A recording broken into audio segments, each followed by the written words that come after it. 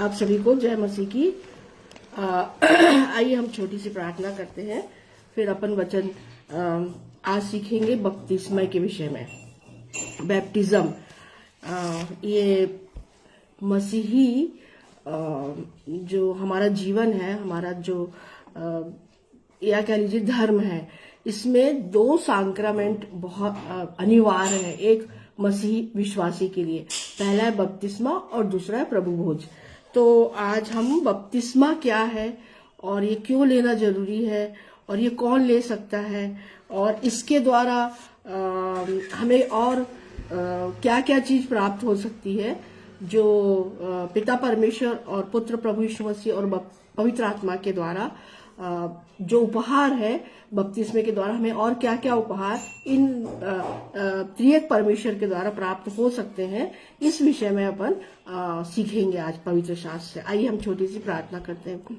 धन्यवाद धन्यवाद धन्यवाद धन्यवाद पिता परमेश्वर, धन्यवाद पिता कि तूने भोर के प्रकाश से लेकर सांझ तक हम सबको भला चंगा रखा पिता। हाँ पिता परमेश्वर, धन्यवाद प्यारे यीशु, धन्यवाद पवित्र आत्मा पिता कि आज प्रभु जी हमने अपनी अपनी कलीसियाओं में पिता परमेश्वर तेरे बेटे का लहू और उसका मांस ग्रहण किया पिता प्रभु भोज के माध्यम से। हाँ पिता परमेश्वर, धन्यवाद धन्यवाद धन्यवाद पिता कि तूने हम मनुष्यों के छुटकारे के लिए इतनी सुंदर और इतनी आत्मिक और इतनी अद्भुत योजना बनाई कि पिता तेरे बेटे के बलिदान के द्वारा हम जितने भी विश्वासी पिता जिन्होंने उस पर विश्वास किया है और जगत से तूने ऐसा प्रेम किया कि अपना इकलौता पुत्र दे दिया ताकि जो कोई उस पर विश्वास करे वो नाश ना हो परंतु अनंत जीवन पाए। हाँ पिता परमेश्वर, हम सब एक मन एक चित होकर प्रभु जी तेरे बेटे के उस बलिदान पे विश्वास करते हैं। उसके कोड़े खाए जाने के द्वारा प्रभु जी हमें चंगाई मिली है। उसने कांटों का मुकुट पहना पिता, और पिता परमेश्वर उसे अपमानित किया गया, लज्जित किया गया पिता, परंतु वो सब कुछ सहता रहा मेरे हम सब के लिए, मेरे पापों के लिए। उसने जो प्रायश्चित मुझे करना था वो प्रायश्चित प्रभु यीशु मसीह ने क्रूस पे किया। मैं इस बात को अंगीकार करती हूँ पिता और मानती हूँ पिता कि उसके लहू बहाए जाने के द्वारा मुझे मेरे पापों से छुटकारा मिला है। धन्यवाद प्यारे यीशु, धन्यवाद पिता परमेश्वर तेरी इस अद्भुत योजना के लिए धन्यवाद। हम में से हर एक विश्वासी पिता इस बात को अंगीकार करता है, समझता है, जानता है पिता कि तेरे बेटे ने प्रभु जी हमारे पापों के छुटकारे के लिए अपना पवित्र लहू बहाया है। हाँ पिता परमेश्वर, विनती और प्रार्थना है पवित्र आत्मा पिता जो तूने विषय मुझे दिया है बपतिस्मा जो विषय है उपस्थित हो पिता, मेरे संगो साथ हो और मेरी जीभ को, मेरे मस्तिष्क को, मेरे मन को, मेरी आत्मा को अपने नियंत्रण में रखना पिता। तुझसे यही विनती और प्रार्थना है और मैं अपने होठों से जीभ से नहीं परंतु तू मेरे होठों और जीभ से बोलना पिता। हे पवित्र आत्मा पिता मुझे सामर्थ्य देना और बल देना, कुवत देना पिता कि तेरे पवित्र शास्त्र के इन वचनों को प्रभु जी मैं सेहत में बांटने पाऊं। हाँ पिता परमेश्वर, धन्यवाद प्यारे यीशु, धन्यवाद पवित्र आत्मा पिता। सारा आदर इज्जत गौरव जलाल हे मेरे स्वर्गीय पिता परमेश्वर तुझे मिले। ये छोटी सी विनती तेरे इकलौते बेटे मेरे उद्धारकर्ता मेरे मुक्तिदाता प्रभु यीशु मसीह के सामर्थी नाम से मांगती हूँ। दया करके स्वर्गीय राज में छोटी सी दुआ ग्रहण कर। आमीन आमीन और आमीन। जैसे मैंने भी आपको बताया कि आज हम सीखेंगे मत्ती रचित सुसमाचार और उसका 28वां अध्याय और 19 पद पढ़ना चाहूंगी। इसलिए तुम जाओ सब जाति के लोगों को चेला बनाओ और उन्हें पिता और पुत्र और पवित्र आत्मा के नाम से बपतिस्मा दो। यह बड़ी आज्ञा मेरे और आपके लिए भी है। जो प्रभु यीशु मसीह ने जब उनका स्वर्गारोहण हुआ उसके पहले वो उन्होंने अपने चेलों से एक आज्ञा दी मत्ती और उसका 18 से भी पढ़ना चाहूंगी। मत्ती 28 और उसका 18। यीशु ने उनके पास आकर कहा, स्वर्ग और पृथ्वी का सारा अधिकार मुझे दिया गया है। सारा अधिकार आज हमारे प्रभु यीशु मसीह के पास सारा अधिकार है। अनंत जीवन भी उसी के पास है। और 19वां पद भी पढ़ना चाहूंगी। इसलिए तुम जाओ सब जाति के लोगों को चेला बनाओ और उन्हें पिता और पुत्र और पवित्र आत्मा के नाम से बपतिस्मा दो। है ना बहनों भाइयों, जब हम अपनी कलीसिया को देखते हैं, उसकी स्थापना को देखते हैं, तो हमारे बैतूल में 1909 में कुछ स्वीडिश मिशनरी आए थे स्वीडन देश से, ठीक है। और उन्होंने आके इस जंगली क्षेत्र था ये सतपुड़ा की वादियां, और यहाँ की जो जलवायु है वो उस जमाने में तो मैं सोचती हूँ कि और ठंड के दिनों में और बहुत बहुत अधिक ठंड रहती होगी, क्योंकि ये पूरा घना जंगल था, ये पूरा क्षेत्र सतपुड़ा रेंज में है, बैतूल है ना। तो उस इतने दुर्गम क्षेत्र में वे लोग आए और उन्होंने सबसे पहले तो चर्च 1914 का चर्च है हमारा, और इस साल हम पिछले 2024 में हमने 110 साल की जयंती मनाई थी, 110 साल पूर्ण हुए हमारे चर्च को। तो देखिए ना वो कहाँ के रहने वाले और कहाँ आए, तो वो इसी पद को पकड़ के जितने भी मिशनरी हैं, जितने भी प्रचारक भाई बहन है, पासवान है, वो सब इसी पद का अनुसरण करते हैं, क्योंकि ये आज्ञा है, मेरे और आपके लिए भी ये आज्ञा है कि जाओ सब जाति के लोगों को चेला बनाओ और उन्हें पिता और पुत्र और पवित्र आत्मा के नाम से बपतिस्मा दो, है ना। तो हम देखते हैं कि बपतिस्मा जो है ये हमारे मसीही जो हमारा मसीही समाज है, और एक ये सबसे पहली बात तो ये एक आज्ञा है हमारे प्रभु यीशु मसीह की, है ना। तो और एक ये 2 सैक्रामेंट है, ठीक है ना। हर एक विश्वासी जितने भी चर्चेस हैं, चाहे वो किसी भी डिनोमिनेशन के हो, ठीक है ना, ये 2 सैक्रामेंट जो है बपतिस्मा और प्रभु भोज हर कलीसिया में अनिवार्य है। तो पहला है बपतिस्मा। तो अब बपतिस्मा, मसीही बपतिस्मा यीशु मसीह की आज्ञा के अनुसार एक धार्मिक विधि है। इसके द्वारा मसीह लोग सार्वजनिक रूप से सबके सामने स्वीकार करते हैं कि उन्होंने अपने पापों से पश्चाताप करने के बाद विश्वास में मसीह को अपना व्यक्तिगत उद्धारकर्ता और प्रभु मानकर अपने आप को समर्पित कर दिया है ना। चाहे कोई भी हो, कोई भी जाति का, कोई भी धर्म का व्यक्ति हो, और तो वो क्या करेगा, सबसे पहले बपतिस्मा लेता है ना। और बपतिस्मे का भी मैंने आपको बात बताया कि बपतिस्मा मतलब उसने अपने पापों से प्रायश्चित किया है और ये विश्वास किया है कि प्रभु यीशु मसीह उसका उद्धार करता है ना। व्यक्तिगत रूप से जैसे मैं हूं तो मैं ये विश्वास करती हूँ कि प्रभु यीशु मसीह मेरा उद्धार करता है, लेकिन उसके पहले मैंने अपने सारे पापों से का अंगीकार किया और पश्चाताप किया, और फिर मैंने ये स्वीकार किया कि मेरा जो उद्धार करता है वो प्रभु यीशु मसीह है। ये व्यक्तिगत, ठीक है। और अपने आप को मैं समर्पित करती हूँ प्रभु यीशु मसीह में और यीशु मसीह के पीछे चलने के लिए, जैसा भी मैंने आपको बताया मत्ती 28:19। और ऐसे ही हम देखते हैं प्रेरितों के काम 2 और उसका 38,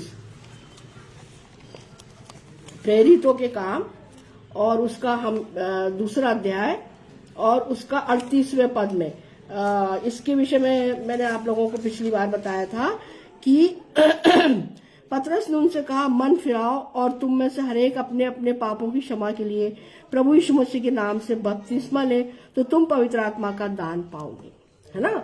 यहाँ पे जब पतरस यीशु मसीह की सच्ची गवाही, क्योंकि वो तो था यीशु मसीह को जब कोड़े मारे गए, जब उसके क्रूस पे उसको टांगा गया, हाथ पैरों में कीले ठोके गए, कांटों का सिर पे मुकुट पहनाया गया, उसके कपड़े तक उतार लिए और आपस में बांट लिए चिट्ठी डाल के, है ना, हम पढ़ते हैं। तो ये सारी चीजें सब बातें कौन देख रहा था? पतरस भी देख रहा था, ठीक है ना। तो पतरस की जो गवाही थी वो पूरी सच्ची गवाही थी, है ना। अभी जैसे मैंने आपको बताया कि सन 45 से इस बैतूल में मेरे फादर थे, ठीक है ना। विभिन्न पढ़ाई लिखाई के बाद विभिन्न कामों में वो यहाँ पे थे। फिर आखिरी में वो सन 54 से लेकर के मेरे जन्म तक सन 60 तक यहाँ पे रहे, मेरी मदर भी। तब वो लोग बहुत सारी चीजें हमको बताते थे, ठीक है।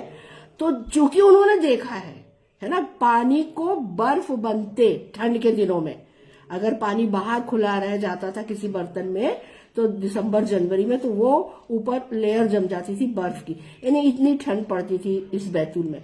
तो परंतु आज नहीं पड़ रही, उतनी ज्यादा ठंड नहीं है, परंतु वो गवाही देते थे कि हमारे समय में जब 45 से 54 तक, फिर उसके बाद भी 60 तक यहाँ पर इतनी ठंड पड़ती थी और बर्फ जम जाया करती थी, क्योंकि ये पहाड़ी क्षेत्र है थोड़ा, मतलब ये सतपुड़ा रेंज है इसलिए। तो वैसी ही क्योंकि गवाही जो होती है बहनों भाइयों, वो प्रत्यक्ष देखने के बाद जब दी जाती है तो वो बहुत ज्यादा पावरफुल होती है और वो सच होती है।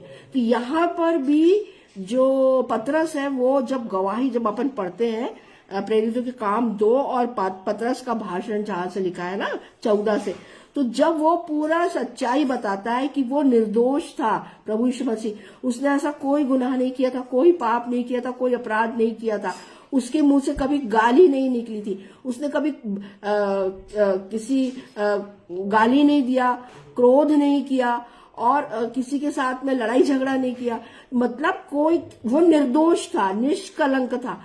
फिर भी है ना, सदुकी, फरीसी, याजक और शास्त्रियों ने उसे क्रूस की मृत्यु दी थी, और परंतु वो तीसरे दिन वो मारा गया और गाड़ा गया और तीसरे दिन मृतकों में से जी उठा। वो मृत्युंजय, और मृतकों में से जी उठने वाला वो पहला व्यक्ति है, प्रभु यीशु मसीह।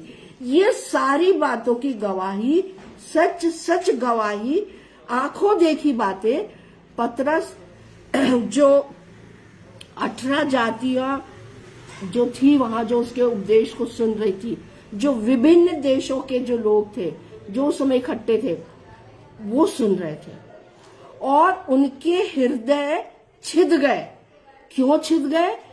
क्योंकि वो भीड़ का हिस्सा थे, उनको सच्चाई नहीं मालूम थी, परंतु जब उनको सच्चाई पतरस के द्वारा पता चली तो उनके हृदय कायल हो गए और छिद गए और वो आत्मग्लानि से भर गए कि अरे हमने ये क्या करा, क्योंकि भीड़ का हिस्सा वो भी थे, है ना, वो भी हठट्ठा कर रहे थे और वो भी बोल रहे, उस भीड़ के हिस्से में थे।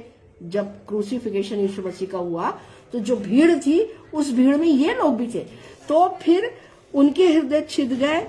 और 2:37 तब सुनने वालों के हृदय छिद गए और वे पतरस और शेष प्रेरितों से पूछने लगे, हे भाइयों हम क्या करें, है ना, क्योंकि उनको कुछ ज्यादा अच्छे से पता नहीं था, वो तो बाहर देश के लोग थे और काम के सिलसिले में वो यरूशलेम में और उसके आसपास के क्षेत्रों में आया जाया करते थे, है ना।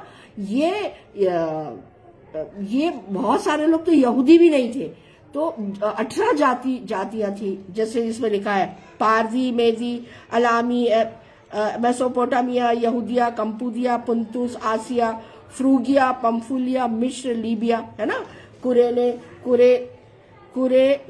है ना। तो ये 18 जातियां थी जो यरूशलेम में आया करती थी विभिन्न कामों के लिए, ठीक है। और पतरस का जो भाषण था, जो उपदेश था, वो सुन रहे थे। तो जब उनको सच्चाई का पता चला तो उनके हृदय छिद गए और उन्होंने कहा, हे भाइयों हम क्या करें। तो पतरस ने क्या बोला? मन फिराओ। यीशु मसीह ने भी यही बात बोली, मन फिराओ। यूहन्ना बपतिस्मा देने वाले ने भी यही बात बोली थी कि मन फिराओ, है ना। और पतरस भी इसी बात को बोल रहा है कि मन फिराओ, मतलब पापों से मन को फिराना है, पापों से मन को फिराओ, प्रायश्चित करो और अपने अपने और तुम में से हरेक अपने अपने पापों की क्षमा के लिए यीशु मसीह के नाम से बपतिस्मा ले, है ना। तो जब पतरस ने बिल्कुल जो यीशु मसीह जैसा बता के गए थे, जो आज्ञा दे के गए थे, उस पतरस ने और दूसरे चेलों ने सारे लोगों को यही बातें बताई। और जैसा यीशु मसीह ने कहा था कि पिता, पुत्र और पवित्र आत्मा के नाम से बपतिस्मा दो, तो उन्होंने 3000 लोगों को इस समय, जब प्रेरितों के काम 2 और उसका हम 40 का भी पढ़ते हैं, उसने बहुत और बातों से भी गवाही दे देकर समझाया कि अपने आप को इस टेढ़ी जाति से बचाओ। अतः जिन्होंने उसका वचन ग्रहण किया उन्होंने बपतिस्मा लिया और उसी दिन 3000 मनुष्यों के लगभग उनमें मिल गए। 3000। तो जो नासरत का जो क्षेत्र है, गलील का जो क्षेत्र है और जो यरूशलेम के आसपास और में बहुत सारी पत्थर की कुंड बनाए जाते थे, पत्थर के कुंड, जिसमें लोग उतर के और वो डूब का बपतिस्मा लेते थे। और बहुत सारे लोग यरदन नदी में भी बपतिस्मा लेते थे। तो इस प्रकार से जो लोग थे उन्होंने 3000 लोगों ने एट ए टाइम बपतिस्मा लिया। और यीशु मसीह ने पतरस के लिए क्या कहा था बहनों भाइयों, कि मैं तुझे स्वर्ग राज की कुंजियां दूंगा, मतलब अधिकार। तो पतरस भी के पास भी दुष्ट आत्माओं को निकालने का और कोढ़ियों को चंगा करने का, लंगड़ों और कोढ़ियों को शुद्ध करने का और बीमारों को चंगा करने का अधिकार प्राप्त था, जो वो यीशु मसीह के नाम से करता था। अब एक और पद देखेंगे 10:9 कि यदि तू अपने मुंह से यीशु को प्रभु जानकर अंगीकार करे और अपने मन से विश्वास करे कि परमेश्वर ने उसे मरे हुए में से जिलाया, तो निश्चय तू उद्धार पाएगा, है ना। तो बपतिस्मे के लिए हमें पहले अपने मन को तैयार करना पड़ता है, मन फिराओ, ठीक है ना। और ये अंगीकार करना पड़ता है कि जो प्रभु यीशु मसीह है, जैसे यहाँ पर जो पौलुस है वो इस बात को बोल रहा है, यदि तू अपने मुंह से यीशु को प्रभु जानकर अंगीकार करे और अपने मन से विश्वास करे कि परमेश्वर ने उसे मरे हुए में से जिलाया, तो तू निश्चय उद्धार पाएगा। ये उद्धार का सूत्र है ना। उद्धार के लिए ये उद्धार का सूत्र है बहनों भाइयों, कि हमको उद्धार चाहिए, सबको उद्धार चाहिए। तो विश्वास किस पे करना पड़ेगा? प्रभु यीशु मसीह पे। और किस बात पे? कि परमेश्वर पिता ने उसे मरे हुए से जिलाया है, ठीक है ना। और बैप्टाइज या बपतिस्मे का मौलिक अर्थ डुबाना या पानी में डालना होता है। इससे पता चलता है कि विश्वासी लोगों ने डुबकी लगाई थी, है ना।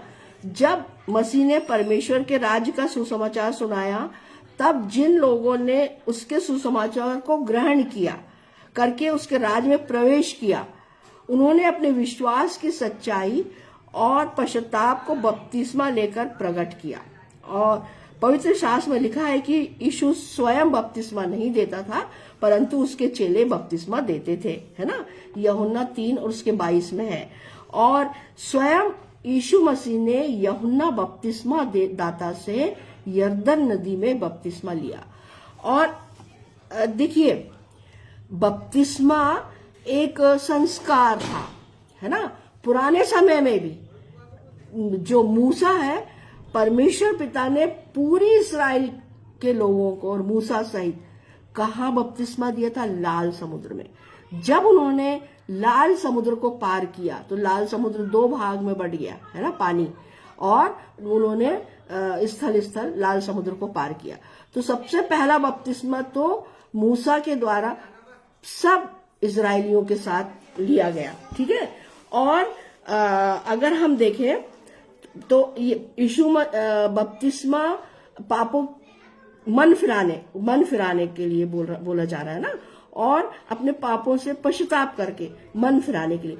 लेकिन यीशु मसीह ने बपतिस्मा इसलिए लिया क्योंकि जो व्यवस्था थी उसको उसने पूरा किया। उसका खतना हुआ, उसके माता पिता ने उसको 5 शेकेल दे करके यरूशलेम के मंदिर में उसके अवैज में 5 शेकेल दिया, और क्योंकि वो पहिलौठा था, और उसको मंदिर से लिया। और उसके माता पिता ने 2 पंडुक, मतलब कबूतर के, जो कबूतर रहते थे, कबूतर, उनको दे करके पाप बलि और होम बलि के रूप में, मेल बलि और होम बलि के रूप में अर्पण किया, वो कबूतर के बच्चे। तो यीशु मसीह ने जो व्यवस्था बनी थी मूसा के माध्यम से, जो परमेश्वर ने मूसा को दी थी, और मूसा ने पूरी इजरायली जाति को वो व्यवस्था मानना सिखाया था, है ना। तो ये व्यवस्था जो थी उसको यीशु मसीह ने पूरा किया था, है ना। यीशु मसीह वो निर्दोष था, निष्कलंक था, लेकिन चूंकि व्यवस्था थी तो उसने उस व्यवस्था को पूरा किया। और यीशु मसीह ने कभी किसी को बपतिस्मा नहीं दिया। उसके चेलों ने वो उसके चेले बपतिस्मा देते थे। यूहन्ना 3 और उसका 22वां पढ़ना चाहूंगी पद। यूहन्ना 3 और उसका 22।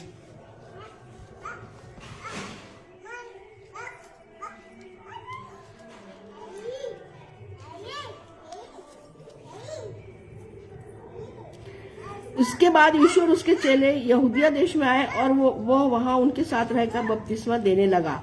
यूहन्ना भी शालेम के निकट एनोन में बपतिस्मा देता था, क्योंकि वहां बहुत जल था और लोग आकर बपतिस्मा लेते थे। और दूसरा पद पढ़ना चाहूंगी 4 और उसका 1 और 2। यद्यपि यीशु स्वयं नहीं वरन उसके चेले बपतिस्मा देते थे। यीशु ने बपतिस्मा नहीं दिया, परंतु उसके चेले बपतिस्मा देते थे। उद्धार पाने का अर्थ है यीशु मसीह को और जो कुछ उसने अपनी मृत्यु के द्वारा और जीवित हो उठने के द्वारा किया है उसको स्वीकार करना, उसको स्वीकार करना, है ना।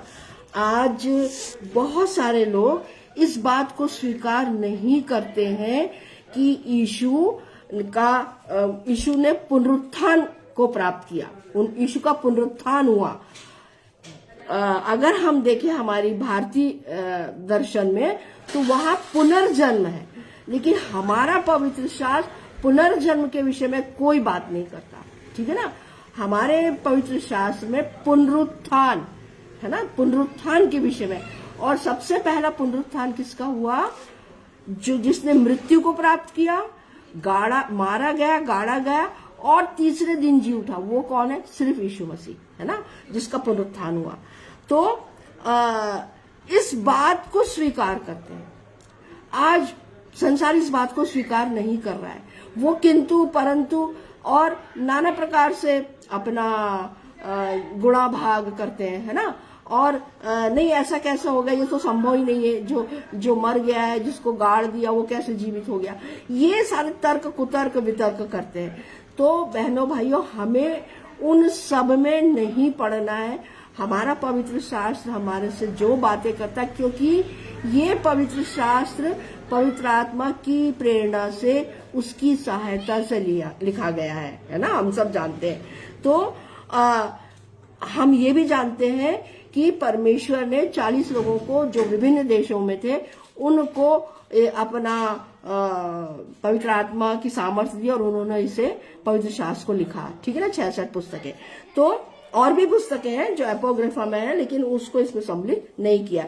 तो जब हम ये देखते हैं कि मृत्यु के द्वारा और जीवित हो उठने के द्वारा किया, उसको स्वीकार करना, ये सबसे पहली शर्त है कि मुझे और आपको इस बात को स्वीकार करना है कि मेरा प्रभु यीशु मसीह जिसने कुछ उसने अपनी मृत्यु के द्वारा और जीवित हो उठने के द्वारा किया, उसको स्वीकार करते हैं हम। पौलुस ने इसे एक अनोखा संबंध बतलाया है जो विश्वासी और प्रभु यीशु मसीह के बीच में स्थापित हो जाता है ना। अगर हम देखें रोमियो 6 और उसका 3, रोमियो 6 और उसका तीसरा पद पढ़ना चाहूंगी। क्या तुम नहीं जानते कि हम सब जिन्होंने मसीह यीशु का बपतिस्मा लिया उसकी मृत्यु का बपतिस्मा लिया। जितने भी लोग हैं जिन्होंने डूब का बपतिस्मा लिया है, उन्होंने यीशु की मृत्यु का बपतिस्मा लिया है। जिस प्रकार से यीशु को क्या किया गया था? गाड़ा गया था, है ना। तो जब पानी में हमारे शरीर को उतारा जाता है, रखा जाता है, तो हम यीशु के साथ मृत्यु को प्राप्त करते। और जब हमको ऊपर उठाया जाता है पानी से, तब हमारा नया जन्म, यीशु के साथ हम नए जन्म में प्रवेश करते हैं। तो यहाँ पर पौलुस इसी बात को कह रहा है कि हमने यीशु मसीह, क्या तुम नहीं जानते कि हम सब जिन्होंने मसीह यीशु का बपतिस्मा लिया है उसकी मृत्यु का बपतिस्मा लिया है ना। और अगर हम और देखें गलातियों 3 और उसका 27, और तुम में से जितनों ने मसीह में बपतिस्मा लिया है उन्होंने मसीह को पहन लिया है। कितनी अच्छी बात है ना। जितने लोगों ने यीशु मसीह के नाम से बपतिस्मा लिया है, उन्होंने यीशु मसीह को क्या कर लिया है? स्वयं पहन लिया है ना, ओढ़ लिया है। तो इससे बढ़ के सुरक्षा और हमारे लिए क्या है बहनों भाइयों, इस संसार में, वर्तमान संसार में, ठीक है ना। पौलुस की शिक्षा के अनुसार बपतिस्मा वह अभिव्यक्ति है जिसमें विश्वासी व्यक्ति पाप के प्रति मरकर मसीह के लिए नया जीवन पाकर मसीह की संगति में आ जाता है। ये पौलुस की अभिव्यक्ति है कि जब हम बपतिस्मा लेते हैं, और पौलुस ने शिक्षा भी दी है ना, 13 प्रति जो उसने लिखी है पत्रियों में, उसमें बताया है, जिसमें विश्वासी व्यक्ति पाप के प्रति मरकर, जब हम पाप को छोड़ते हैं पानी के अंदर उतर के, है ना, और तो सब ये प्रतीक है कि हमारी मृत्यु पानी के अंदर, हमने पाप को छोड़ दिया। अब जब हम पाप को छोड़ के उसी पानी में ऊपर आते हैं, तो अब फिर क्या है, हमारा जो आत्मा है उसमें कौन है, प्रभु यीशु मसीह। और हमारा जो जीवन है अब किसका है, हमने किसको ओढ़ लिया, प्रभु यीशु मसीह को। और दूसरा हमने और क्या किया है कि हम इस बात को स्वीकार करते हैं, क्या, हमें नया जीवन मिलता है, इस बात को हम स्वीकार करते हैं, ठीक है ना। और मसीह की संगति में आ जाते हैं, और मसीह के साथ मसीह की संगति में आ जाते हैं। जिस प्रकार मसीह मरकर फिर जी उठा, उसी प्रकार विश्वासी भी पाप के प्रति मरकर मसीह में जीवन बिताने के लिए जी उठते हैं, है ना। और ये बहुत अनोखी अद्भुत बात है बहनों भाइयों। और अनोखी और अद्भुत बात के साथ साथ ये बहुत से लोगों की गवाहियां हैं बहनों भाइयों, कि किस प्रकार जब उन्होंने डूब का बपतिस्मा लेते हैं वो, तो उनको पानी के अंदर बहुत सी अद्भुत चीजें मिलती है। और उसके बाद धीरे धीरे जब वो वापस आते हैं पानी से ऊपर, और जब वो अपने जीवन में यीशु मसीह के साथ चलते हैं, तब आप देखेंगे कि उनकी गवाहियां हैं कि उनसे पवित्र आत्मा बात करता है। और वो जब प्रार्थना करते हैं तो उनको बहुत ज्यादा गर्माहट महसूस होती है ना। ये मेरी बेटी का अनुभव है, मेरी बेटी एंजिला का अनुभव है ये। तो अब बताए, और पवित्र आत्मा फिर हमारे साथ में रहता है जब हम बपतिस्मा लेते हैं। बपतिस्मा एक साक्षी या गवाही भी है, ये गवाही है ना, जो यह बताती है कि विश्वासी व्यक्ति पाप से छुटकारा पाकर शुद्ध हो गया है। ये गवाही है कि अब हम प्रभु यीशु मसीह के पीछे चल रहे हैं, अब हम में कोई पाप नहीं है, हमारे पाप से हमें छुटकारा मिल चुका है, और हम पाप से हम अब शुद्ध हो गए। अब हम पाप हमारे शरीर में, आत्मा में, मस्तिष्क में कहीं नहीं है, और हम शुद्ध हो गए हैं, और अब हम प्रभु यीशु मसीह के पीछे चल रहे हैं। और प्रेरितों के काम 22 और उसका 16, प्रेरितों के काम 22 और उसका 16वां पद में लिखा है, अब क्यों देर करता है, उठ बपतिस्मा ले और उसका नाम लेकर अपने पापों को धो डाल। ये जो शाऊल था जिसका हृदय परिवर्तन हुआ और वो पौलुस बना, है ना। तो हनन्या, इसके ऊपर अगर हम पढ़ेंगे 16 के ऊपर पद के ऊपर, तो उसमें हमको ये बात पाते हैं कि हनन्या नामक व्यवस्था के अनुसार एक भक्त मनुष्य जो वहां रहने वाले सब यहूदियों में सुनाम था, सुनाम उसका नाम अच्छा था, और वो प्रभु यीशु मसीह को मानता था। वो उसके पास आके खड़ा हुआ और कहा, है भाई शाऊल। फिर देखने लगा, और जब उसने, क्योंकि प्रभु यीशु मसीह शाऊल के पास आते हैं और उनसे कहते हैं कि तू मुझे क्यों सताता है, तो उसकी आंखों में क्या आ गया था, अंधेरा छा गया, और उसकी आंख कैसी हो गई, उसमें अब ज्योति नहीं थी, है ना, और वो अंधा हो गया था। तो जब ये हनन्या उसके पास आता है और खड़े होकर मुझसे कहा, हे भाई शाऊल फिर देखने लग। तो जब वो हनन्या इससे कहता, क्योंकि वो अच्छा व्यक्ति था हनन्या, है ना, प्रभु यीशु मसीह पे विश्वास करता था, तो प्रभु निश्चित रूप से उसे पवित्र आत्मा ने भेजा होगा शाऊल के पास। तो वो कहता है, भाई शाऊल फिर देखने लग। उसी घड़ी मेरे नेत्र खुल गए और मैंने उसे देखा। तब उसने कहा, हमारे बाप दादों के परमेश्वर ने तुझे इसलिए ठहराया है कि तू उसकी इच्छा को जाने और उस धर्मी को देखे और उसके मुंह से बातें सुने, क्योंकि तू उसकी ओर से सब मनुष्य के सामने उन बातों का गवाह होगा जो तूने देखी और सुनी है। है ना। तो जो पौलुस था यीशु मसीह के चेले, है ना, ये जो 12 चेले थे यहूदा इस्करियोती को छोड़ के, मत्तियाह फिर दूसरा चेला बना था 12वां, तो इनके भी चेले, है ना। तो जब जो पतरस था और यूहन्ना था उनके समय में ये पौलुस था, और पौलुस ने यीशु मसीह को नहीं देखा था, लेकिन इन चेलों से यीशु मसीह की जो बातें वो करते थे, जो गवाहियां देते थे, उसको वो सुनता था। और पहले तो वो जो लोग यीशु मसीह पे विश्वास करते थे उनको सजा दिलवाता था, उनको प्रताड़ित करता था, शाऊल जब था। पर जब वो उसने क्या करा, अब क्यों देर करता है, हनन्याह कहता है अब क्यों देर करता है, उठ बपतिस्मा ले और उसका नाम लेकर अपने पापों को धो डाल। तो जो पाप तूने किए हैं उनको, यहूदियों को जो यीशु मसीह का नाम पीछे चल रहे थे, जो उसको स्वीकार, उस अपने मन से उसको अपना उद्धारकर्ता स्वीकार कर रहे थे, तूने उनको प्रताड़ित किया, है ना। तूने उन्हें जेल भेजा, तूने उन्हें बेत और कोड़े पड़वाए और नाना प्रकार से तूने उन्हें सताया। तो अब जब तू जान गया है कि वो यीशु कौन है, क्योंकि तेरा इनकाउंटर यीशु से हो चुका है, तो अब तू जान गया है कि यीशु कौन है, तो अब अपने पापों से फिर करके अब देर मत कर और बपतिस्मा ले, है ना। और शाऊल ने बपतिस्मा लिया और फिर वो क्या बन गया, पौलुस बन गया, और उसने 13 पत्रियां लिख दी, है ना। यीशु मसीह की सबसे बड़ा गवाह बन के उभरा पौलुस। तो हम इस बात को भी देखते हैं, मसीह इसलिए मरा कि उसने परमेश्वर द्वारा पाप के दिए जाने वाले दंड को अपने ऊपर ले लिया, परंतु वह मृतकों में से जी भी उठा। उसके द्वारा पापी लोग अपने अपने पापों से शुद्ध किए जाते और उन्हें नए और विजयी जीवन में भाग मिलता है ना। अगर हम पढ़े पहला पतरस 3 और उसका 20, पहला पतरस तीसरा अध्याय और उसका 20वां पद, जिन्होंने उस बीते समय में आज्ञा ना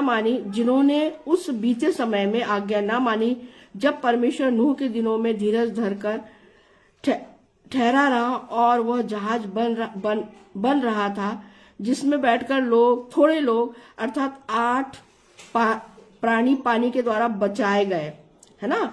और उसका 21वां भी पढ़ना चाहूंगी। उसी पानी का दृष्टांत भी अर्थात बपतिस्मा यीशु मसीह के जी उठने के द्वारा अब तुम्हें बचाता है। इससे शरीर के मैल को दूर करने का अर्थ नहीं, परंतु शुद्ध विवेक से परमेश्वर के वश में हो जाने का अर्थ है ना। तो वो 8 नूह की पत्नी, नूह के 3 बेटे 3 बहुएं, और नूह और उसकी पत्नी, ऐसे 8 लोगों को परमेश्वर ने बचाया था, है ना। और अब अर्थात अब यीशु मसीह के जी उठने के द्वारा, है ना, अब तुम्हें बचाता है, जिससे शरीर के मैल दूर हो करने का अर्थ नहीं। अब बहुत सारे लोग केवल अगर हम पुराना नियम देखते हैं बहनों भाइयों, तो पुराने नियम में याजकों को, महायाजक को और जो मंदिर में जो सेवा करते थे उन सबको शरीर की सफाई पे ज्यादा नहाते थे, वो पैर धोते थे, हाथ धोते थे, और तब वो मंदिर के अंदर प्रवेश करते थे।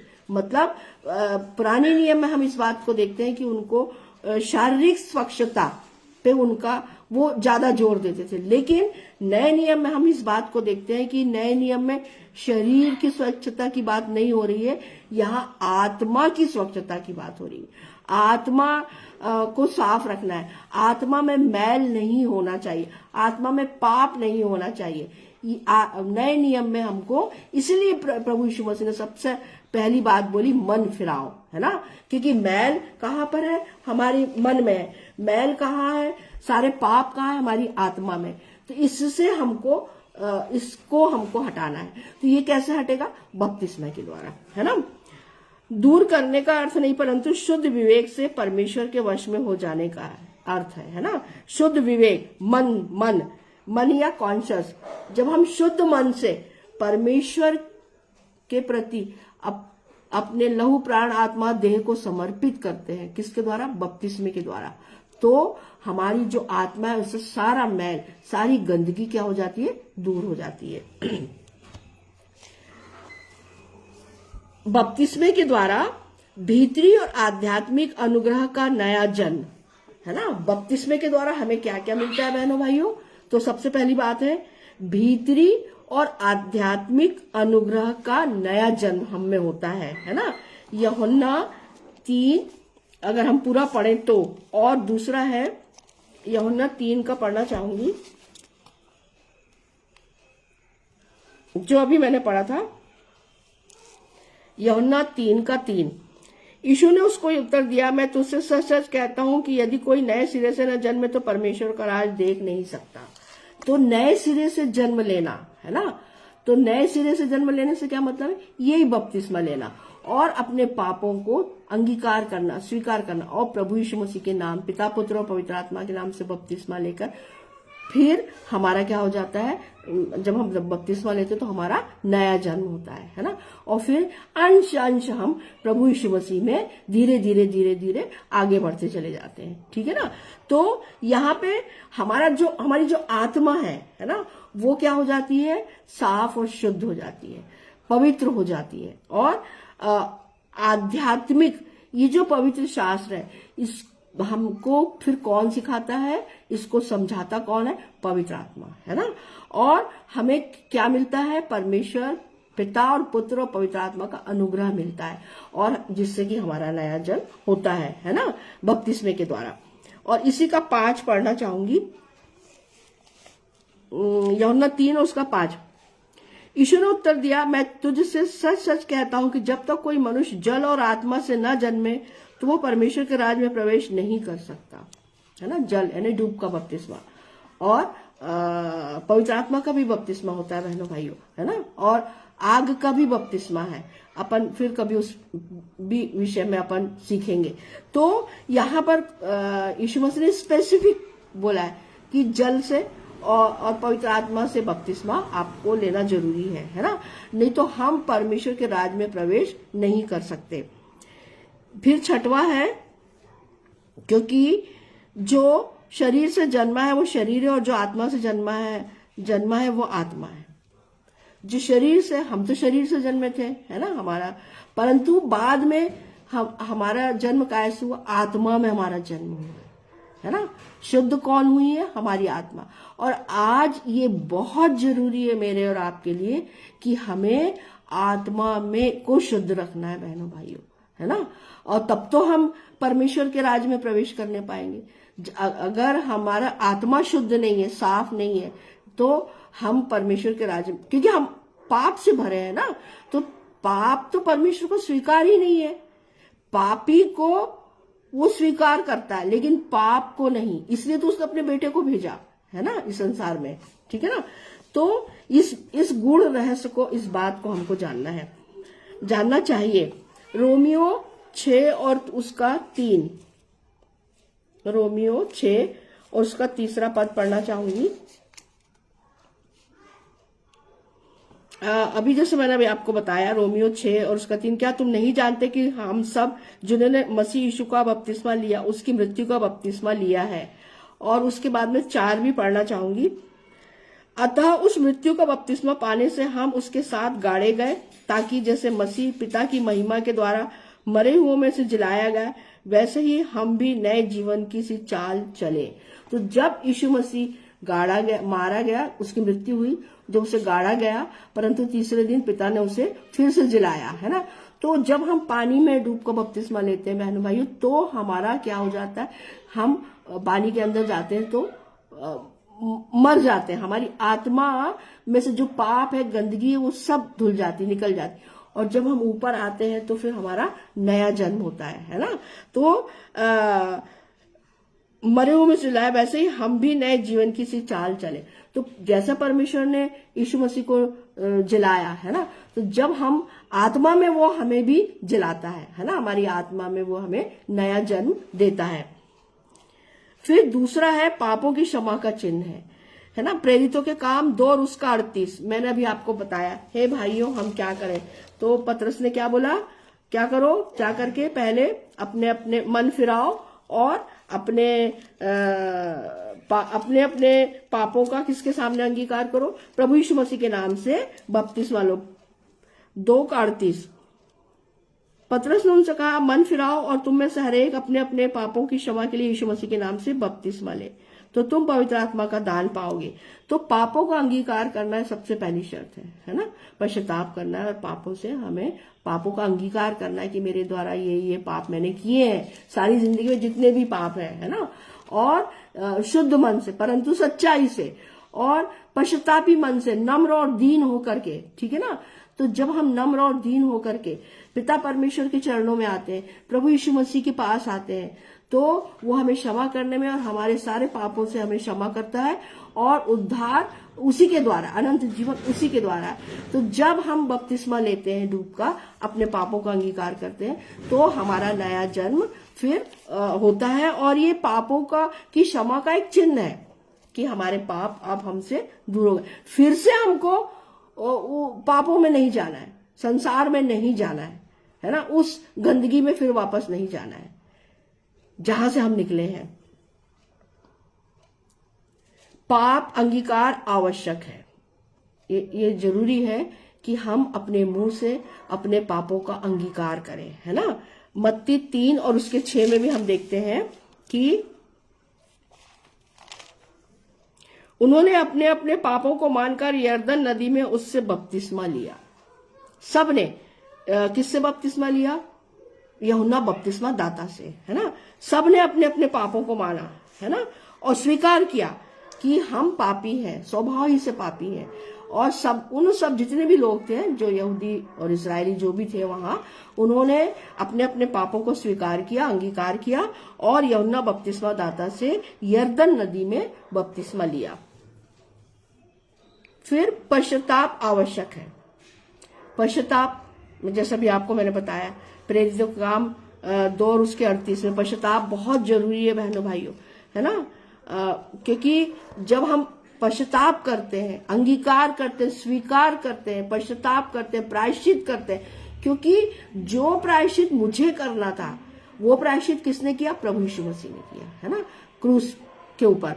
तो हमें पश्चाताप करना है कि ये सारे अपराध, पाप तो मेरे द्वारा है, मैंने किए हैं, मेरे मन ने, मेरे मस्तिष्क ने, मेरे शरीर ने किया है।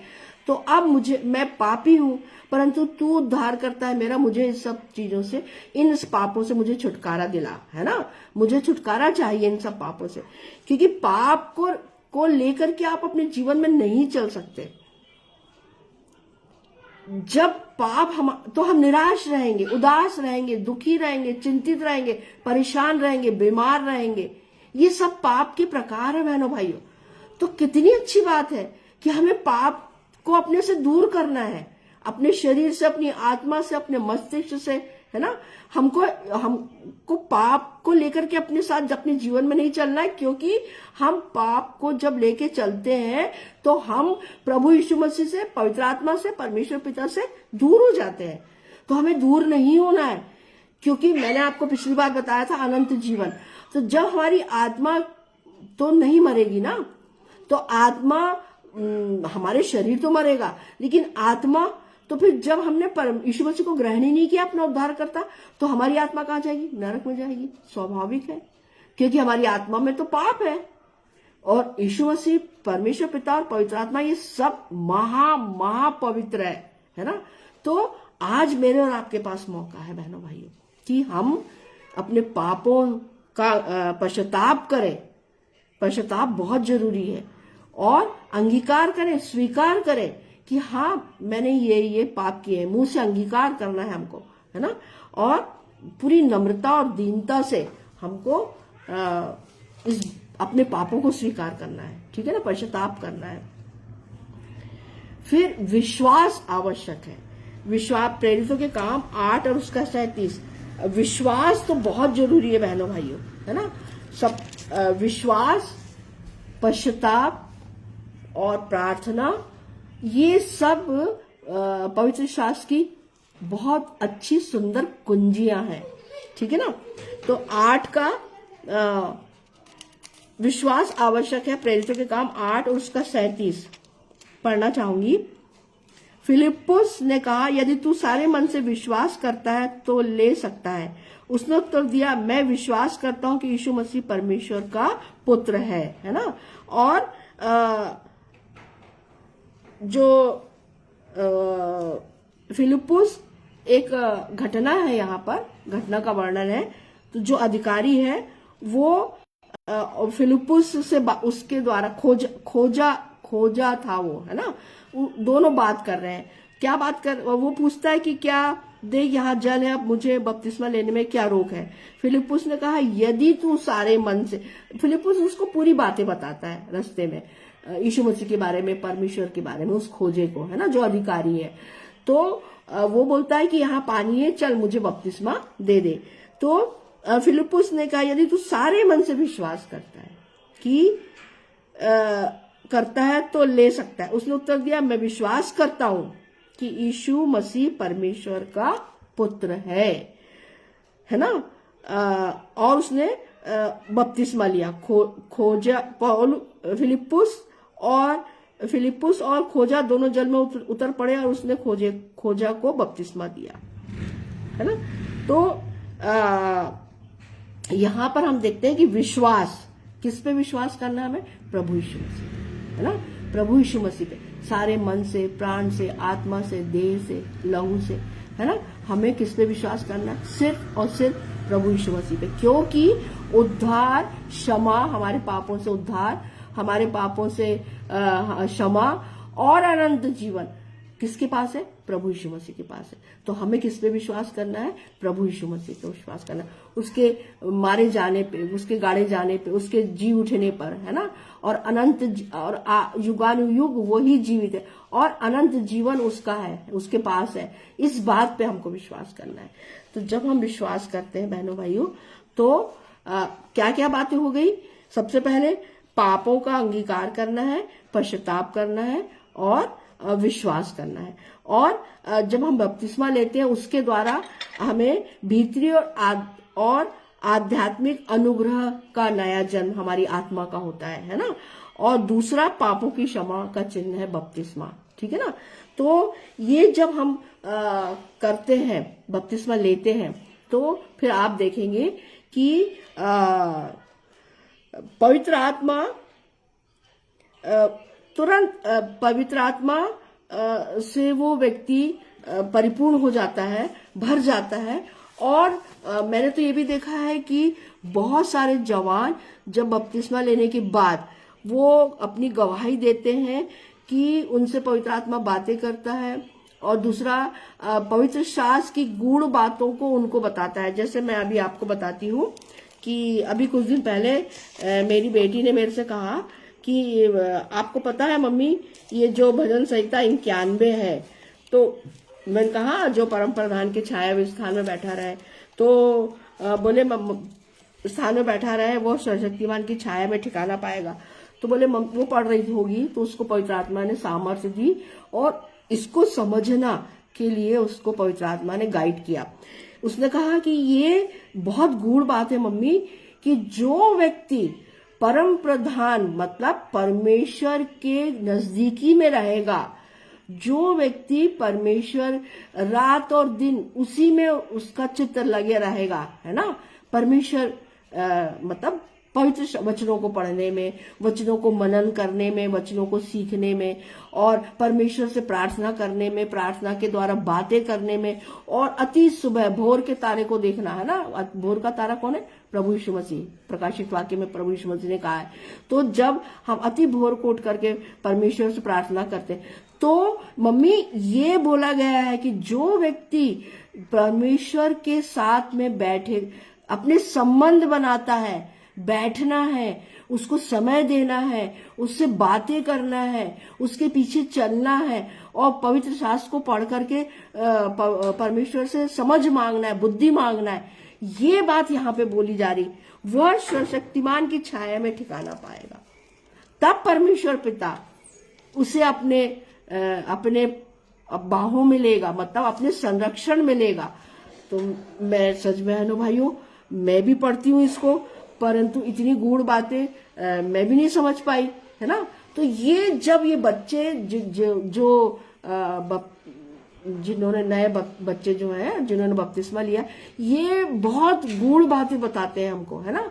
हमारे यहाँ एक चर्च बैरर है, हमारे चर्च का बच्चा है, वो अंकित कंगाले, तो वो बच्चा भी बहुत अच्छा, बहुत अटूट विश्वास है उसका परमेश्वर पिता पे, यीशु मसीह पे, तो वो भी बहुत सारी बातें प्रार्थना के द्वारा अन्य भाषा में भी बात करता है वो, और वो भाषा, अन्य भाषा का अर्थ भी बताता है, और ये पवित्र शास्त्र भी समझाता है, तो वो भी बहुत सारी बातें समझाता है। तो ये कब होता है?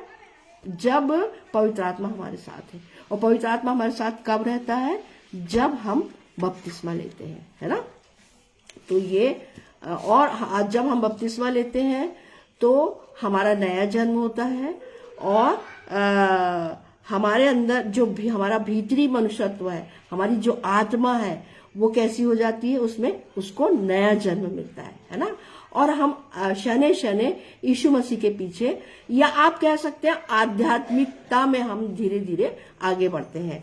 फिर और ये पापों की क्षमा का चिन्ह है ना, जो हमारे लिए बहुत जरूरी है आज, क्योंकि हम हमारी आत्मा में पाप है, वो हमारा जो पाप है आत्मा में, पाप सहित हम स्वर्ग नहीं जा सकते, अनंत जीवन में नहीं जा सकते, है ना। जब तक हम पाप अपनी आत्मा से नहीं हटाएंगे, हम अपनी आत्मा को पवित्र और शुद्ध नहीं करेंगे, है ना, तो एक माध्यम है इस पृथ्वी पे, इस संसार में रहते हुए हमारे लिए, कि हम बपतिस्मा लें, डूब का बपतिस्मा लेकर के, जब तब हमारा नया जन्म होता है। और इस प्रकार से हम हमारी आत्मा क्या होती है? यीशु के लहू से धो करके शुद्ध की जाती है ना।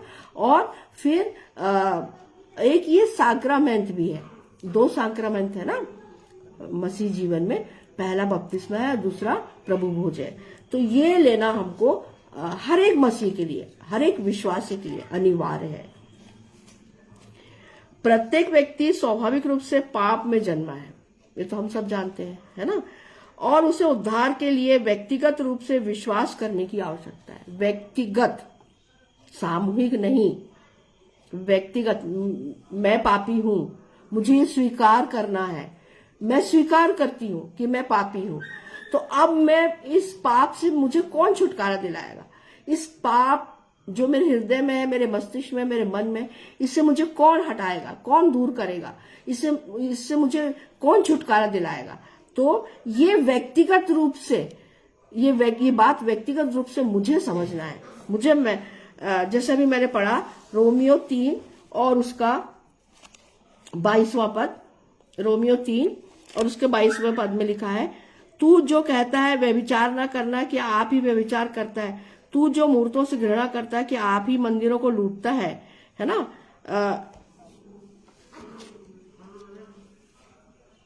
रोमियो 3 उसका 22, अर्थात परमेश्वर की वो धार्मिकता जो यीशु मसीह पर विश्वास करने से सब विश्वास करने वालों के लिए है, क्योंकि कुछ भेद नहीं। और 23वां भी, इसलिए कि सबने पाप किया है और परमेश्वर की महिमा से रहित है ना। और हम सबने पाप किया है और हम सब पापी हैं। परमेश्वर की महिमा से हम पूरी तरह से, परमेश्वर की महिमा में हम हैं ही नहीं, और हो भी नहीं सकते हम परमेश्वर की महिमा में। क्यों नहीं हो सकते? क्योंकि हम पापी हैं, मैं पापी हूं, है ना। आदम और हवा ने जब तक पाप नहीं किया था, अनाज्ञाकारिता का पाप जब तक उन्होंने नहीं किया था, तब तक वो परमेश्वर की महिमा के साथ में थे। उनकी बॉडी ग्लोरियस बॉडी थी, है ना। और परमेश्वर पिता हर सांझ को उनसे मिलने आता था, बताइए, ठंडे समय में। और वहां पर एक छोटा चर्च लगता था, और पास्टर कौन था? स्वयं परमेश्वर पिता, है ना। और उसकी कलीसिया कौन थी? आदम और हवा। लेकिन जैसे ही उन्होंने अनाज्ञाकारिता का पाप किया, तो परमेश्वर की उस महिमा से वो क्या हो गए? अलग हो गए। वो, उनकी जो ग्लोरियस बॉडी थी, वो अब कैसी हो गई? बिल्कुल काली हो गई, है ना। वो पहचान में नहीं आते, है ना। विलाप गीत 4, अगर हम विलाप गीत 4 पढ़े तो उसमें लिखा है कि वो, उनकी पहले बॉडी कैसी थी? ग्लोरियस बॉडी थी। और जब उन अनाज्ञाकारिता का पाप उनके जीवन में आया, तो फिर उनका रंग रूप सब बदल गया, है ना। तो तेरे कुलीन लिखा है उसमें, तेरे कुलीन। तो तेरे कुलीन मतलब आदम और हवा के लिए बात की जा रही है। विलाप गीत 4 उसका अगर आप पढ़ना चाहेंगे तो बाद में पढ़ लीजिएगा। तो यहाँ पर भी यही बात हो रही है कि इसलिए कि सबने पाप किया है। रोमियो 3 और उसका 23 और परमेश्वर की महिमा से रहित है। हम परमेश्वर की महिमा से रहित नहीं रहना चाहते बहनों भाइयों। ठीक है, हम पापी हैं, मैं मानती हूं मैं पापी हूं, मैंने पाप किया है, मैंने झूठ बोला, चोरी की, व्यभिचार किया, लोभ लालच किया, सब किया है ना, मैं मानती हूं और मेरे मन में पाप है। परंतु इस पाप से मुझे छुटकारा लेना बहुत जरूरी है, नहीं तो मैं परमेश्वर की महिमा में नहीं आ सकती, स्वर्ग नहीं जा सकती, है ना, अनंत जीवन में प्रवेश नहीं कर सकती। तो आज मेरे पास समय, आज हम सबके पास समय है बहनों भाइयों, कि हम अपने आप को जांचें, परखें, समझें।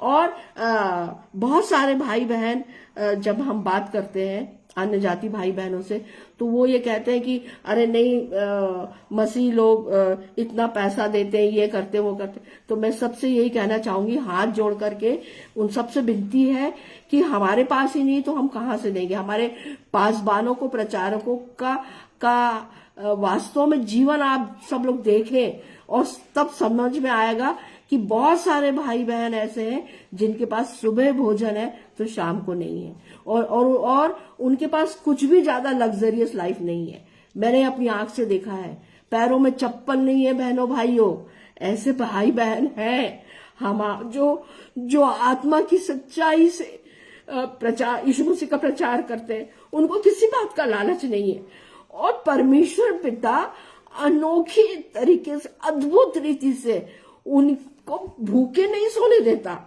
एक बात जान रखिए, भूखे नहीं सोने देता, क्योंकि ये पवित्र शास्त्र मनुष्य ने नहीं लिखा है बहनों भाइयों, ये पवित्र शास्त्र पवित्र आत्मा की सामर्थ्य से लिखा है। तो यीशु मसीह किसी का धर्म, वो तो खुद यहूदी था, उसने किसी का धर्म नहीं बदला, उसने जीवन बदला। और ये पूरा जीवन को बदलने की बात करता है हमारा पवित्र शास्त्र, धर्म की बात नहीं, धर्म बदलने की बात नहीं करता, मन को बदलने की, आत्मा को बदलने की बात करता है ना। और यहाँ पर भी यही लिखा है कि हमारी जो आत्मा जिसमें गंदगी है, पाप है ना, विभिन्न प्रकार के पाप, इनसे हमको दूर होना है। तो कौन दूर करेगा, कौन छुटकारा देगा? सिर्फ और सिर्फ प्रभु यीशु मसीह। और जब हम बपतिस्मा लेते हैं तो हमको ये विश्वास करना है कि अब 24वां पढ़ना चाहूंगी, परंतु उसके अनुग्रह से उस छुटकारे के द्वारा जो मसीह यीशु में है, सेत में धर्मी ठहराए जाते हैं, है ना। जब हम अपने पापों से को यीशु मसीह के सामने अंगीकार करते हैं, स्वीकार करते हैं, और जब हम बपतिस्मा लेते हैं, तो अब क्या हो गया कि उस अनुग्रह से, है ना, उस छुटकारे के द्वारा जो मसीह यीशु में है, हमें मसीह यीशु में बपतिस्मा लेना। बोला ना, पिता पुत्र पवित्र आत्मा के नाम से बपतिस्मा दो। तो जब हम बपतिस्मा लेते हैं तो हम अपने पापों से उसके लहू के द्वारा क्या हो जाते हैं, हम छुड़ाए जाते हैं, है ना। और उसे 25वां पढ़ना चाहूंगी। और फिर हम क्या, सेत में, परमेश्वर की निगाह में सेत में धर्मी ठहरते हैं, है ना। धर्म, बहुत सारे लोग क्या बोलते हैं जो धर्म के काम करते हैं, कपड़े दान कर दिया, अनाज दान कर दिया, पैसे दान कर दिया, बहुत से लोगों को मदद कर दिया पैसे से या जिससे भी, तो वो सोचते हैं ये धर्म के काम है। लेकिन हमारा पवित्र शास्त्र बोलता है कि ये धार्मिक धर्म के काम मैले चिथड़ों के समान है। पर वास्तव में धर्मी कौन है? जिसने अपने पापों से छुटकारा पा करके, जो परमेश्वर की महिमा में है यीशु मसीह के नाम से, वो धर्मी है। यही बोल रहा है, सेत में धर्मी ठहराए जाते हैं। 25वां, रोमियो 3 उसका 25, उसे परमेश्वर ने उसके लहू के कारण ऐसा प्रायश्चित ठहराया जो विश्वास करने से कार्यकारी होता है, कि जो पाप पहले किए गए हैं और जिन पर परमेश्वर ने अपनी सहनशीलता का ध्यान नहीं दिया, उनके विषय में वो अपनी धार्मिकता प्रकट करे, है ना। जो पाप पुराने नियम में हम देखते हैं तो परमेश्वर ने सहनशीलता दिखाई, लेकिन नए नियम में इसीलिए परमेश्वर पिता ने यीशु मसीह को कब भेजा? मलाकी और मत्ती के बीच में 450 साल का गैप बताया जाता है बाइबल स्कॉलर्स के द्वारा, है ना। तो उस पीरियड में परमेश्वर ने किसी से बात नहीं करी, और जब हम मत्ती में देखते हैं तो यीशु मसीह के जन्म के विषय में हम पढ़ते हैं, लूका में पढ़ते हैं, है ना, नए नियम में। तो ये जो बात है, परमेश्वर पिता पुराने नियम में, हम क्या पुराने नियम में इस्राएलियों ने अन्य देवी देवताओं के पीछे जाकर के परमेश्वर पिता को नाराज नहीं किया? बिल्कुल किया। बादशाह सुलेमान ने मोआब देश के देवी देवताओं को रखा, है ना, तो परमेश्वर पिता बहुत नाराज हुआ, क्रोधित हुआ, ठीक है ना। तो ये उनके जो सब, वो सहनशीलता रखा। लेकिन नए नियम में हम ये देखते हैं कि अब नए नियम में पापों से छुटकारे के लिए पिता परमेश्वर ने उत्पत्ति के समय ही प्रबंध कर दिया। किसका प्रबंध कर दिया? अपने बेटे का। प्रकाशित वाक्य 13 और उसका 8, पृथ्वी के वे सब रहने वाले जिनके नाम उस मेमने के जीवन की पुस्तक में लिखे नहीं गए, जो जगत की उत्पत्ति के समय से घात हुआ, उस पशु की पूजा करेंगे, है ना। उत्पत्ति के समय ही परमेश्वर पिता ने किसको घात कर दिया? मेमने को, अर्थात प्रभु यीशु मसीह को। उसने कार्य योजना बना ली कि मनुष्य तो पापी है और मनुष्य पाप में फंसेगा, पाप में गिरेगा, जो परमेश्वर की महिमा से दूर हो जाएगा, रहित हो जाएगा। तो परमेश्वर पिता ये नहीं चाहते, क्योंकि वो बहुत प्रेमी है, बहुत प्रेम करता है हमारा पिता परमेश्वर, और वो बिल्कुल नहीं चाहता कि एक भी आत्मा का नाश हो। तो उसने क्या प्रबंध किया?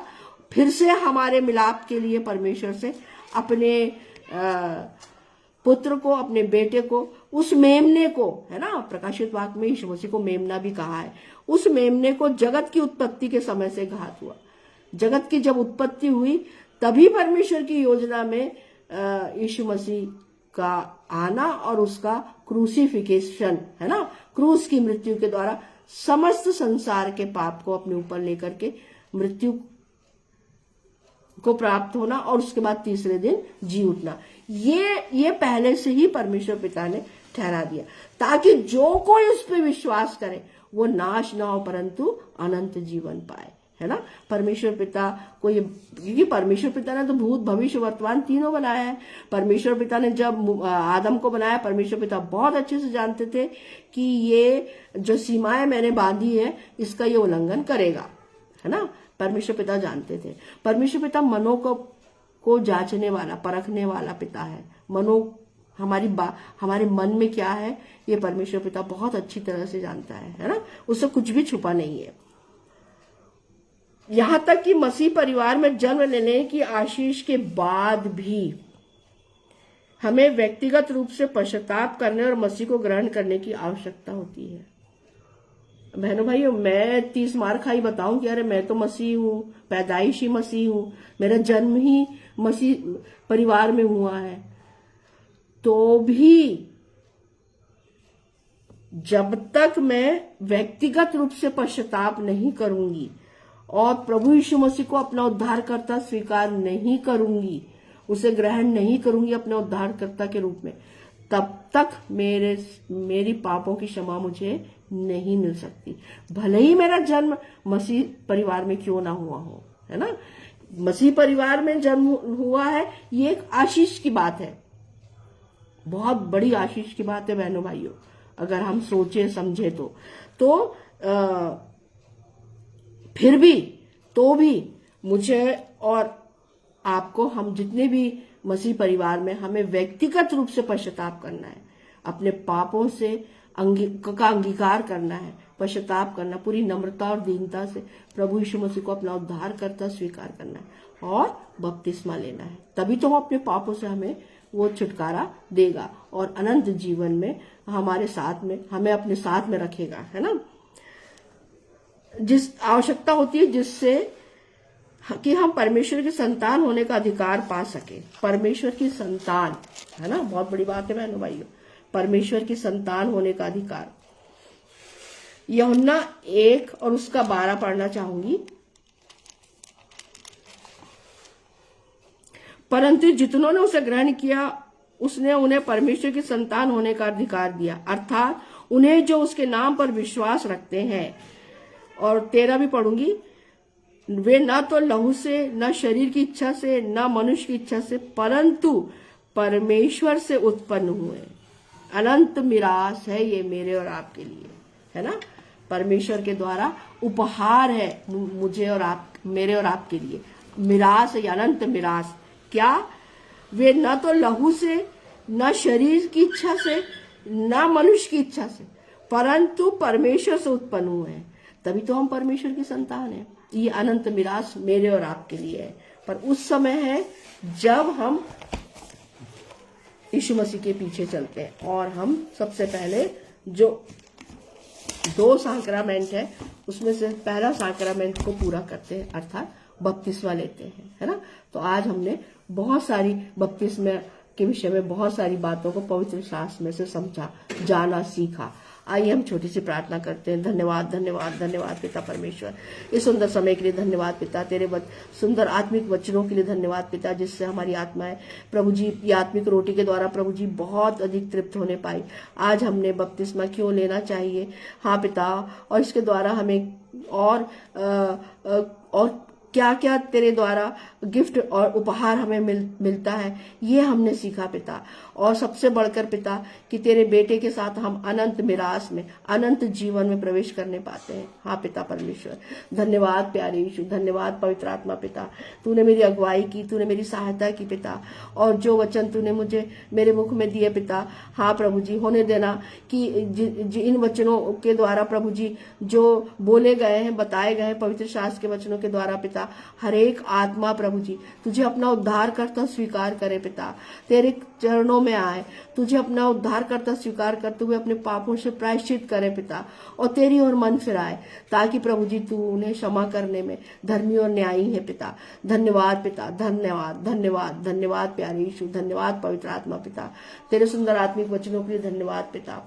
हाँ प्रभु जी, होने देना पिता कि ये वचन प्रभु जी जो बोया गया है वो 100 गुना फल लाने वाला हो सके। हाँ पिता परमेश्वर, हर एक वचन पे तेरी नाम बनाम आशीष हो पिता। विनती और प्रार्थना है प्रभु जी, जितने भी भाई बहन प्रभु जी इन दिनों में तेरा सुसमाचार प्रचार आत्मा की सच्चाई से प्रभु जी सुना रहे, हर एक पे तेरी नाम बनाम आशीष हो पिता। उनके घर परिवार को प्रभु जी, उनके स्वास्थ्य को प्रभु जी, हर एक बात को तेरे सामर्थ्य हाथ में सौंपती हूँ पिता परमेश्वर, और चाहती हूँ पिता कि एक बेदारी पिता प्रभु जी इन सब के द्वारा होने पाए, ताकि हर एक आत्मा प्रभु जी बच करके तेरे स्वर्गीय राज में आने पाए पिता, जो तू चाहता है। हर एक पे तेरी नाम बनाम आशीष हो, हर एक को पवित्र आत्मा की सामर्थ्य से भरपूर कर पिता। हाँ पिता परमेश्वर, विनती और प्रार्थना है पिता, आज और आने वाले हर एक दिन को तेरे सामर्थ्य हाथ में सौंपती हूँ और मांगती हूँ पिता तेरे बेटे के नाम से कि पिता इन दिनों में पिता परमेश्वर होने देना कि अधिकाई से पिता तेरा वचन बोया जाए। हाँ पिता, और हर एक की आत्मा में प्रभु जी 100 गुना फल लाने वाला हो सके पिता। धन्यवाद पिता, धन्यवाद धन्यवाद, तेरी स्तुति हो, तेरी प्रशंसा हो, तेरी महिमा हो पिता परमेश्वर। धन्यवाद प्यारे यीशु, धन्यवाद पवित्र आत्मा पिता। सारा आदर इज्जत महिमा गौरव जलाल हे पिता परमेश्वर तुझे मिले। ये छोटी सी विनती तेरे इकलौते बेटे मेरे उद्धार करता प्रभु यीशु मसीह के सामर्थी नाम से मांगती हूँ। दया करके स्वर्गीय राज में छोटी सी दुआ ग्रहण कर। आमीन आमीन और आमीन। आप सभी को जय मसीह की।